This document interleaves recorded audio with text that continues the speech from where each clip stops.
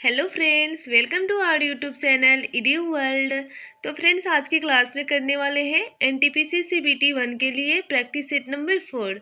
Okay. और friends, आप सभी से मेरी रिक्वेस्ट है कि अगर आप फर्स्ट टाइम इस चैनल पे विजिट कर रहे हैं तो इस चैनल को लाइक, सब्सक्राइब एंड ज़्यादा से ज़्यादा लोगों के साथ शेयर ज़रूर करें। ओके। जैसे कि यहाँ पे देख सकते हैं फ्रेंड्स, आज की क्लास पे करने वाले हैं सेट नंबर 4। और फर्स्ट क्वेश्चन है फ्रेंड्स, मूसलाधार बारिश का मौसम जिसमें अक्सर ओलावृष्टि के साथ प्रचंड हवाओं और स्थानीय तरीझाझा देखने को मिलता है, पश्चिम बंगाल में इस प्रकार के तूफानों को क्या कहा जाता है। पूछा गया है कि मूसलाधार बारिश का मौसम जिसमें अक्सर क्या होता है कि ओलावृष्टि के साथ प्रचंड हवाओं और स्थानीय तरीझाझा देखने को मिलता है, तो इसे पश्चिम बंगाल में किस तूफान के नाम से जाना जाता है। तो इसको जाना जाता है फ्रेंड्स काल वैशाखी के नाम से। ओके। इसका करेक्ट आंसर क्या हो जाएगा? 3 नंबर हो जाएगा। काल वैशाखी के नाम से जाना जाता है। और पश्चिम बंगाल में प्री मानसून वर्षा जो आम को पकने में मदद करती है उसे काल वैशाखी के नाम से जाना जाता है। और ये स्थानीय तूफान है जो तेज हवाओं, मूसलाधार बारिश और अक्सर ओलावृष्टि से जुड़े होते हैं। ओके। नेक्स्ट है, रामसर सम्मेलन किससे संबंधित सम्मेलन है? रामसर सम्मेलन जो है वो किससे संबंधित सम्मेलन है? तो इसका करेक्ट आंसर हो जाएगा फ्रेंड्स नम भूमि से संबंधित है। ओके। इसका करेक्ट आंसर क्या हो जाएगा? 1 नंबर हो जाएगा। और रामसर सम्मेलन जो हुआ था वो फरवरी 1971 ईस्वी में हुआ था। ठीक है। और ये ईरान में आर्द्र भूमि पर आयोजित किया गया था। इसके परिणाम स्वरूप अंतर्राष्ट्रीय महत्व के वेटलैंड्स पे रामसर कन्वेंशन पर हस्ताक्षर किए गए थे और विशेष रूप से वाटरफाउल हैबिटेट संरक्षण और टिकाऊ उपयोग के लिए एक अंतर्राष्ट्रीय प्रशिक्षण के रूप में जाना जाता है। ओके। नेक्स्ट है, भारत में राज्य का राज्यपाल बनने के लिए न्यूनतम आयु कितनी है? राज्यपाल की न्यूनतम आयु कितनी पूछा गया है फ्रेंड्स। तो इसका करेक्ट आंसर हो जाएगा 3 नंबर का करेक्ट आंसर हो जाएगा 3 नंबर। ओके। 35 वर्ष है। भारतीय संविधान के अनुच्छेद 157 के अनुसार कोई व्यक्ति राज्यपाल नियुक्ति होने का पात्र तभी होगा यदि वह भारत का नागरिक है और 35 वर्ष की आयु पूरी कर चुका है। और राज्यपाल की नियुक्ति कौन करते हैं? तो राष्ट्रपति के द्वारा किया जाता है।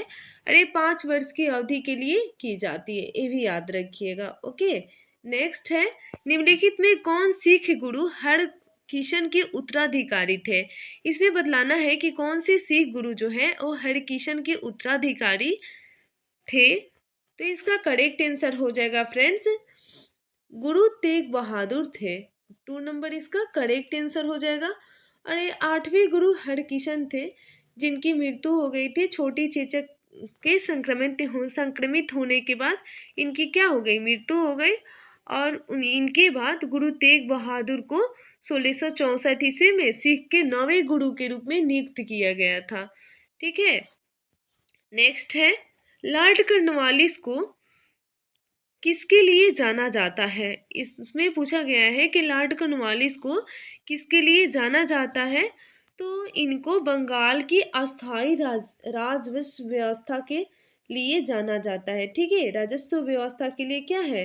इनको जाना जाता है। इसका करेक्ट आंसर 1 नंबर हो जाएगा। और ये अस्थायी भूमि राजस्व व्यवस्था की जो शुरुआत हुई थी वो 1793 ईस्वी में लॉर्ड कॉर्नवालिस के द्वारा की गई थी। अरे भारत की एक 5वीं ब्रिटिश क्षेत्र में की गई थी। ठीक है। जिसमें बंगाल, बिहार, उड़ीसा, उत्तरी कर्नाटक के भागों, वाराणसी और कुछ अन्य क्षेत्र को भी शामिल किया गया था। ठीक है। नेक्स्ट है, 6 नंबर है, 49वीं समानांतर रेखा किन दो देशों के मध्य की सीमा रेखा है? इसमें बतलाना है कि 49वीं समानांतर रेखा जो है वो किन दो देशों के मध्य की सीमा रेखा है। तो इसका करेक्ट आंसर हो जाएगा फ्रेंड्स 1 नंबर, संयुक्त राज्य अमेरिका तथा कनाडा के बीच की है। 1 नंबर इसका करेक्ट आंसर हो जाएगा। नेक्स्ट देखते हैं। नेक्स्ट है, लाल नीना प्रशांत महासागर पर किस प्रकार से प्रभाव डालती है? ला नीना जो है प्रशांत महासागर पर किस प्रकार से प्रभाव डालती है? तो 7 नंबर का हमारा करेक्ट आंसर हो जाएगा फ्रेंड्स, 2 नंबर हो जाएगा करेक्ट आंसर, जल का तापमान कम कर देता है। ओके, लाल नीना एक जलवायु प्रतिमान है जो दक्षिण अमेरिका के उष्णकटिबंधीय पश्चिमी तट के साथ क्या होता है, प्रशांत महासागर के सतही जल के शीतल होने का वर्णन करता है। ठीक है, और ला नीना को एल नीनो के समान माना जाता है, जिसे असमान रूप से प्रशांत महासागर के विषुवतीय क्षेत्र में महासागर के गर्म तापमान के द्वारा चिन्हित किया जाता है। ठीक है, ये भी याद रखिएगा। नेक्स्ट क्वेश्चन है 8 नंबर, पौधे के किस भाग से दालचीनी प्राप्त की जाती है? इसे पूछा गया है फ्रेंड्स कि पौधे के किस भाग से जो है दालचीनी प्राप्त की जाती है? तो ये छाल से प्राप्त की जाती है। इसका करेक्ट आंसर क्या हो जाएगा, 2 नंबर हो जाएगा, छाल से दालचीनी प्राप्त की जाती है। और ये दालचीनी एक मसाला है, ठीक है, जिसे सिन्नामोमम वर्ग की प्रजातियों के वृक्ष की आंतरिक छाल से प्राप्त किया जाता है। ठीक है, नेक्स्ट है इंसुलिन एक प्रकार का क्या है? पूछा गया है कि इंसुलिन जो है एक प्रकार का क्या है? तो इंसुलिन एक प्रकार का हार्मोन होता है। ठीक है, इसका करेक्ट आंसर 1 नंबर हो जाएगा, हार्मोन होता है।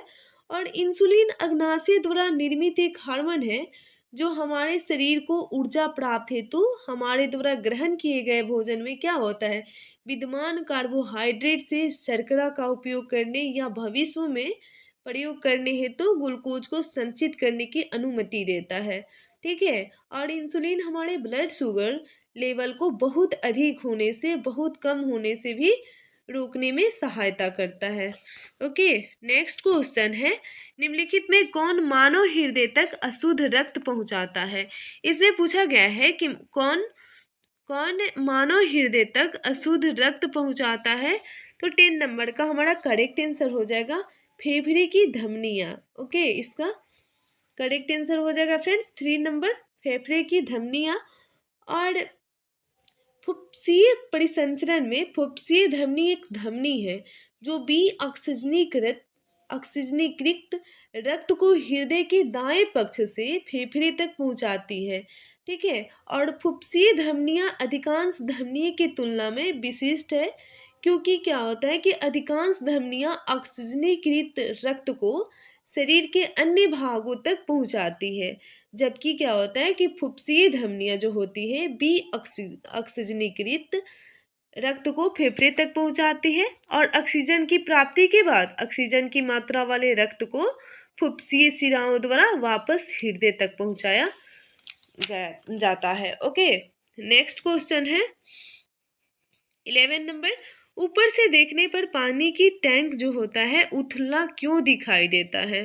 तो ये उथला दिखाई देता है अपवर्तन के कारण। ओके, इसका करेक्ट आंसर हो जाएगा 2 नंबर, अपवर्तन के कारण जो होता है पानी टैंक के ऊपर उथला दिखाई देता है।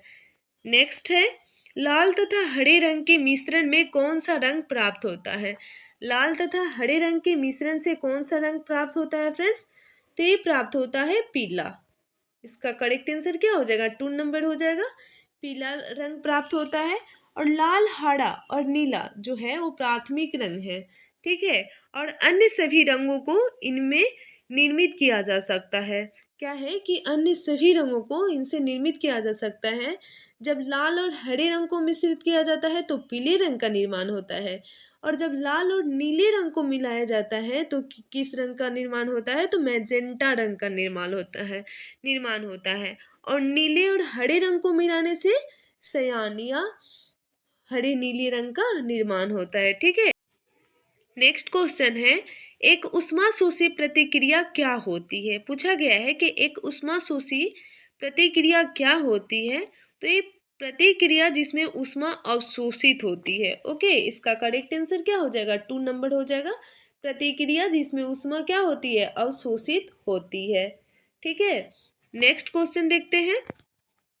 नेक्स्ट क्वेश्चन है 14 नंबर, निम्नलिखित में से कौन सा एल्युमिनियम का अयस्क है? एल्युमिनियम का अयस्क पूछा गया है, तो इसका करेक्ट आंसर हो जाएगा क्रायोलाइट जो है वो एल्युमिनियम का क्या है, अयस्क है। 2 नंबर इसका करेक्ट आंसर हो जाएगा। नेक्स्ट है कर्मचारी राज्य बीमा निगम के लाभार्थियों के लिए दिल्ली क्षेत्र में शुरू की गई योजना का क्या नाम है? तो इस योजना का क्या नाम है फ्रेंड्स? तो कहीं भी और कभी भी, ठीक है, इसका 2 नंबर करेक्ट हो जाएगा। कर्मचारी राज्य बीमा निगम ने नवंबर 2016 में दिल्ली क्षेत्र में अपने बीमाकृत के लिए कहीं भी और कभी भी चिकित्सा सेवा की शुरुआत की, ठीक है, जिसके अंतर्गत लाभार्थी छोटे रोगों के उपचार के लिए दिन में स्वास्थ्य की देखभाल करने वाली चिकित्सा इकाइयों में जा सकते हैं, ठीक है। नेक्स्ट क्वेश्चन है निम्नलिखित का मिलान कीजिए, इसमें मिलान करना है, तो इसका करेक्ट आंसर क्या हो जाएगा? जोसेफ थॉमसन इलेक्ट्रॉन, यहाँ पे शब्द दिया गया है फ्रेंड्स, यहाँ पे खेल दिया गया है, ठीक है। तो जोसेफ थॉमसन, इसका हो जाएगा इलेक्ट्रॉन, और अलेक्जेंडर फ्लेमिंग हो जाएगा, पेंसिलिन की खोज की थी, और नरिंदर कंपानी जो है वो ऑप्टिकल फाइबर की खोज किए थे, और मैरी क्यूरी जो थे वो किस चीज़ का? तो ये रेडियम की खोज, ठीक है। इसका करेक्ट आंसर क्या हो जाएगा? 1 नंबर हो जाएगा। नेक्स्ट है शब्द गैमीबेट निम्नलिखित में से किस खेल से संबंधित है? शब्द जो है गैमीबेट निम्नलिखित में से इसमें पूछा गया है कि इसमें से किस खेल से संबंधित है? तो इसका करेक्ट आंसर हो जाएगा फ्रेंड्स शतरंज खेल से संबंधित है। 2 नंबर इसका करेक्ट आंसर हो जाएगा। नेक्स्ट है माधुरी दीक्षित किस भारतीय नृत्य कला से संबंधित है? तो माधुरी दीक्षित जो है वो किस नृत्य कला से संबंधित है फ्रेंड्स? तो ये है कथक से है, ठीक है, कथक से है। इसका करेक्ट आंसर 3 नंबर हो जाएगा। नेक्स्ट है माई स्टोरी किस प्रसिद्ध क्रिकेट खिलाड़ी की जीवनी है? तो माई स्टोरी जो है इसका करेक्ट आंसर क्या हो जाएगा? 4 नंबर हो जाएगा। माइकल क्लार्क की जीवनी है, 4 नंबर हो जाएगा। और माई स्टोरी ऑस्ट्रेलिया के पूर्व कप्तान और बल्लेबाज माइकल क्लार्क की आत्मकथा है, ठीक है। नेक्स्ट है निम्नलिखित में से कौन सा देश जो है सार्क का सदस्य नहीं है? इसमें बतलाना है कि कौन सा देश जो है वो सार्क का सदस्य नहीं है। तो इसका करेक्ट आंसर क्या हो जाएगा? 3 नंबर हो जाएगा। चीन जो है सार्क का सदस्य नहीं है। दक्षिण एशियाई क्षेत्रीय सहयोग संघ सार्क 8 देश जैसे अफगानिस्तान, बांग्लादेश, भूटान, भारत, मालदीव, नेपाल, श्रीलंका और पाकिस्तान का एक क्षेत्रीय समूह है, ठीक है। और इसकी स्थापना जो हुई थी 8 दिसंबर 1985 ईस्वी को हुई थी, ठीक है, और ढाका में की गई थी।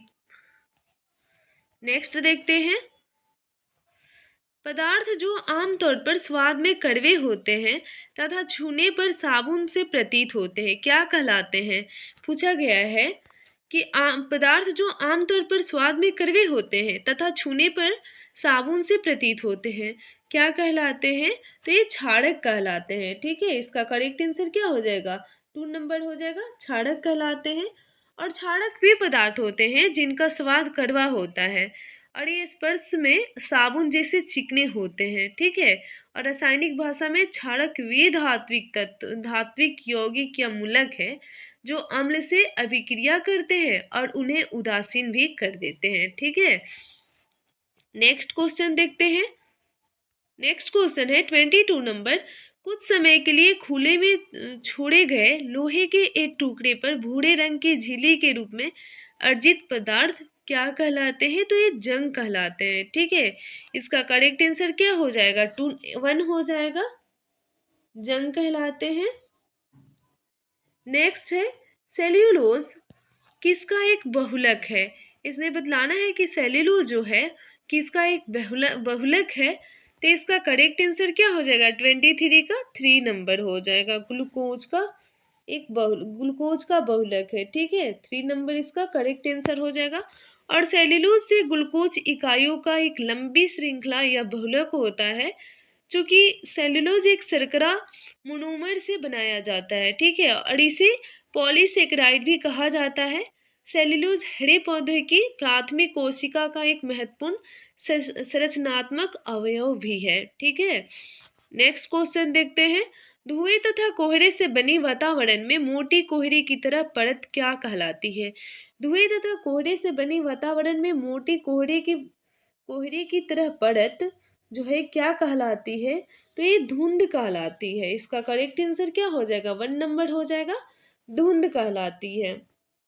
नेक्स्ट है, एक जलीय पारिस्थितिकी तंत्र में संख्या का पिरामिड कैसा होता है? तो एक जलीय पारिस्थितिकी तंत्र में संख्या का पिरामिड जो होता है वो सदैव सीधा होता है। ठीक है, इसका करेक्ट आंसर क्या हो जाएगा? 2 नंबर हो जाएगा। नेक्स्ट क्वेश्चन है, निम्नलिखित में से गलत मिलान को ज्ञात करना है। ठीक है, तो चलिए देखते हैं। तांबा को डिनोट करते हैं Cu से, सही है फ्रेंड्स।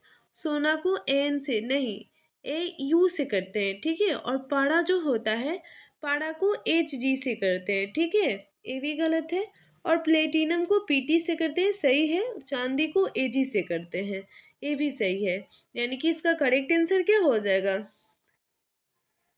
ऑप्शन सिर्फ सिर्फ और डी, बी और सी दिया गया है, और 3 नंबर में ए और ई दिया गया है, और 4 नंबर में क्या है?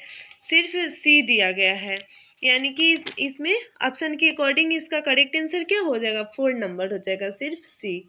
ठीक है, अगर बी और सी दिया रहता तो करेक्ट हो जाता। ठीक है, नेक्स्ट है, निम्नलिखित में से कौन एक द्विविस्थापन अभिक्रिया नहीं है? इसमें द्विविस्थापन अभिक्रिया कौन सी नहीं है? तो इसका करेक्ट आंसर हो जाएगा फ्रेंड्स 2 नंबर। ठीक है, 2 नंबर इसका करेक्ट आंसर हो जाएगा। नेक्स्ट है, एक तत्व का परमाणु क्रमांक 17 है। ठीक है, यह क्या है? ये पूछा गया है कि एक तत्व का परमाणु क्रमांक जो है 17 है, तो यह क्या है? तो ये एक हैलोजन गैस है। ठीक है, इसका करेक्ट आंसर क्या हो जाएगा? 3 नंबर हो जाएगा, एक हैलोजन गैस है। नेक्स्ट देखते हैं, 29 नंबर है, निम्न में से कौन सी विधि जो है जल को पंकिल जल से अलग करती है? तो इसका करेक्ट आंसर हो जाएगा 29 नंबर का निस्पंदन। ओके, 4 नंबर इसका करेक्ट आंसर हो जाएगा। निस्पंदन जो होती है अलग करती है पंकित जल से। ठीक है, नेक्स्ट है, असंतृप्त यौगिकों के दहन के दौरान देखी जाती है। तो इसका करेक्ट आंसर हो जाएगा फ्रेंड्स पीली लौ देखी जाती है। ठीक है, 4 नंबर इसका करेक्ट आंसर हो जाएगा। असंतृप्त यौगिकों के दहन के दौरान पीली लौ जो होती है वो देखी जाती है, जबकि संतृप्त यौगिक को हवा में जलाया जाता है तो वे पूर्ण दहन के कारण एक स्पष्ट नीली लौ दिखाई प्रतीत होती है। ठीक है, नेक्स्ट देखते हैं। नेक्स्ट हमारा 31 नंबर है, निम्नलिखित में से कौन सा बायोमास ऊर्जा का एक स्रोत नहीं है? बायोमास ऊर्जा का एक स्रोत नहीं है बतलाना है। तो इसका करेक्ट आंसर हो जाएगा परमाणु ऊर्जा बायोमास ऊर्जा का एक स्रोत नहीं है। ओके, इसका करेक्ट आंसर 4 नंबर हो जाएगा। नेक्स्ट क्वेश्चन है, जीडीपी और कल्याण के बारे में निम्नलिखित में से कौन सा कथन जो है सही है? तो देखते हैं फ्रेंड्स इसका ऑप्शन। पहला है, किसी देश की जीडीपी लोगों के कल्याण का सूचक है, करेक्ट है फ्रेंड्स। और दूसरा हमारा है, यदि जीडीपी बढ़ रही है तो कल्याण समान रूप से नहीं बढ़ सकता है, ये भी सही है। और 3 नंबर है, जीडीपी और कल्याण दोनों एक दूसरे से संबंधित नहीं है, ये गलत है। यानी कि इसका करेक्ट आंसर क्या हो जाएगा? 2 नंबर हो जाएगा, केवल 1 और 2 हो जाएगा। 2 नंबर इसका करेक्ट आंसर हो जाएगा। नेक्स्ट है, उत्तल लेंस की फोकल लंबाई 50 सेंटीमीटर है, तो इसकी शक्ति का गणना करें। शक्ति का गणना क्या हो जाएगा? 2 डायप्टर हो जाएगा, इसका 2 नंबर करेक्ट हो जाएगा। नेक्स्ट है 34 नंबर, किस किला की जो है 12वीं शताब्दी में काकतीय राजाओं द्वारा बनवाया गया था, जिसे 14वीं शताब्दी में कुतुबशाही राजवंश के द्वारा क्या किया गया था? पुनर्निर्मित किया गया था। तो ये गोलकुंडा किला को जो है 12वीं शताब्दी में काकतीय राजाओं द्वारा बनवाया गया था, और इसे 14वीं शताब्दी में कुतुबशाही राजवंश द्वारा पुनर्निर्मित किया गया था। ओके, इसका करेक्ट आंसर क्या हो जाएगा? 1 नंबर हो जाएगा। नेक्स्ट है 35 नंबर। उस शब्द का चयन करें जिसकी समूह के दूसरे शब्दों के साथ न्यूनतम समानता हो। तो इसका करेक्ट आंसर हो जाएगा फ्रेंड्स 2 नंबर। ओके, 2 नंबर इसका करेक्ट हो जाएगा। बत्तख। बत्तख को छोड़कर अन्य सभी का निवास क्या है? स्थल पेड़ है, और बत्तख जमीन पर या पानी में रहता है। ठीक है। नेक्स्ट है 36 नंबर। परागकण किस में पाए जाते हैं? तो परागकण जो होता है वो पराग कोश में पाया जाता है। इसका करेक्ट आंसर क्या हो जाएगा? 3 नंबर हो जाएगा। पराग कोश में पाया जाता है, और पराग कोश में परागकण पाए जाते हैं, और यह पुंकेसर का एक भाग होता है। ठीक है, जिसमें पराग होता है, और फूल के नर प्रजनन भाग को पुंकेसर कहा जाता है, और यह एक लंबी ट्यूब से बना होता है जिसे क्या कहा जाता है? तंतु कहा जाता है। और अंत में पराग निर्माण संरचना होती है। इस अंडाकार आकार की संरचना को क्या कहा जाता है? पराग कोश कहा जाता है। ठीक है। नेक्स्ट देखते हैं, किस पंचवर्षीय योजना के तहत राउरकेला इस्पात संयंत्र की स्थापना हुई थी? तो 37 नंबर का हमारा करेक्ट आंसर हो जाएगा दूसरी पंचवर्षीय योजना के तहत। ठीक है, 4 नंबर इसका करेक्ट आंसर हो जाएगा। और ओडिशा के राउरकेला में स्थित राउरकेला इस्पात संयंत्र जो है, इसकी स्थापना दूसरी पंचवर्षीय योजना में पश्चिमी जर्मनी की कंपनी करूपस एंड डिमैक के सहयोग से की गई थी। ठीक है। नेक्स्ट क्वेश्चन है, निम्नलिखित में से कौन सा पुरस्कार उद्योगों में गुणवत्ता को नियंत्रित करने के लिए दिया जाता है? तो 38 का हमारा करेक्ट आंसर हो जाएगा राजीव गांधी गुणवत्ता पुरस्कार। इसका करेक्ट आंसर क्या हो जाएगा? 1 नंबर हो जाएगा। राजीव गांधी गुणवत्ता पुरस्कार। राजीव गांधी राष्ट्रीय गुणवत्ता अवार्ड भारतीय मानक ब्यूरो द्वारा भारतीय संगठनों को उनके प्रदर्शनों में श्रेष्ठता प्रदर्शित करने के लिए प्रदान किया जाता है। ठीक है, और इसका मुख्य उद्देश्य जो है उपभोक्ताओं के लिए गुणवत्ता युक्त सेवाओं को प्रोत्साहन देना है, और भारत में गुणवत्ता आंदोलन में विशिष्ट योगदान देने वाले संगठनों को विशिष्ट पहचान प्रदान करना है। ठीक है। नेक्स्ट क्वेश्चन है, निम्नलिखित शब्दों में से कौन सा 42वें संशोधन द्वारा भारतीय संविधान की प्रस्तावना में जोड़ा गया था? तो कौन सा शब्द जो है 42वें संविधान संशोधन द्वारा भारतीय संविधान की प्रस्तावना में जोड़ा गया था? तो अखंडता को जोड़ा गया था। ओके, इसका करेक्ट आंसर 3 नंबर हो जाएगा। और 42वें संविधान संशोधन अधिनियम 1976 के द्वारा भारतीय संविधान की प्रस्तावना में संशोधन करते हुए भारत को प्रभुत्व संपन्न लोकतांत्रिक गणराज्य के स्थान पर प्रभुत्व संपन्न समाजवादी धर्मनिरपेक्ष लोकतांत्रिक गणराज्य के रूप में वर्णित किया गया था। और इसके अलावा शब्द राष्ट्र की एकता में परिवर्तन करके क्या किया गया था? राष्ट्र की एकता और अखंडता कर दिया गया था। ओके, नेक्स्ट देखते हैं। नेक्स्ट है 40 नंबर। और फ्रेंड्स, इस सेट की लास्ट क्वेश्चन है 40 नंबर। सूची 1 को सूची 2 से मिलान करना है। ओके, यहाँ पे सूची 1 दिया गया है और यहाँ पे सूची 2 दिया गया है। ठीक है, तो इसको मिलान करना है। तो स्थितिज ऊर्जा, तो इसका हो जाएगा पनबिजली संयंत्र, और रासायनिक ऊर्जा का हो जाएगा डीजल जनित्र,